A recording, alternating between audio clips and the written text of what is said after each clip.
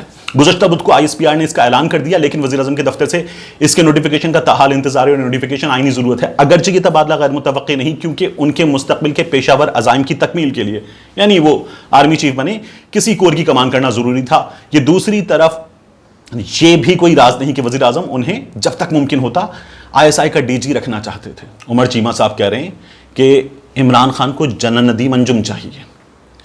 اس کے بعد بشارت صاحب کہہ رہے ہیں کہ عمران خان کا جو انتخاب ہے وہ، عمر چیمہ صاحب کہہ رہے تھے کہ آصف غفور چاہیے۔ ندیم انجم صاحب کے حوالے سے بشارت راجہ صاحب نے کہا کہ وہ وزیر اعظم کا انتخاب ہے۔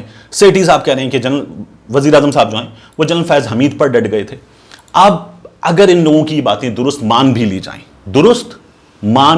جائیں کہ اختلاف ہے، تو اختلاف کی خبروں میں ان لوگوں میں کتنا اتفاق ہے آپ دیکھ لیجئے، ایک اس ڈائریکشن میں جا رہا ہے، ایک اس ڈائریکشن میں جا رہا ہے، ایک اس ڈائریکشن میں جا رہا ہے، کچھ ٹویٹ ڈیلیٹ کر کے فرار ہو چکے، یہ ان لوگوں کی ہمت اور صحافت ہے۔ اور اس کے بعد آپ دیکھیے عمران خان کے بارے میں کہہ رہے ہیں آپ کہ عمران خان اپنی جگہ رک گیا ہے، ڈٹ گیا ہے۔ آرمی چیف سے عمران خان نے اختلاف کیا، ان لوگوں کے مطابق اختلاف کیا ہے۔ اب اختلاف کی اس بات کو کہ عمران خان نے آرمی چیف سے اختلاف کیا، یہاں رک جائیے اور دیکھیے ڈان لیکس میں کیا ہوا تھا۔ ڈان لیکس میں کیا ہوا تھا؟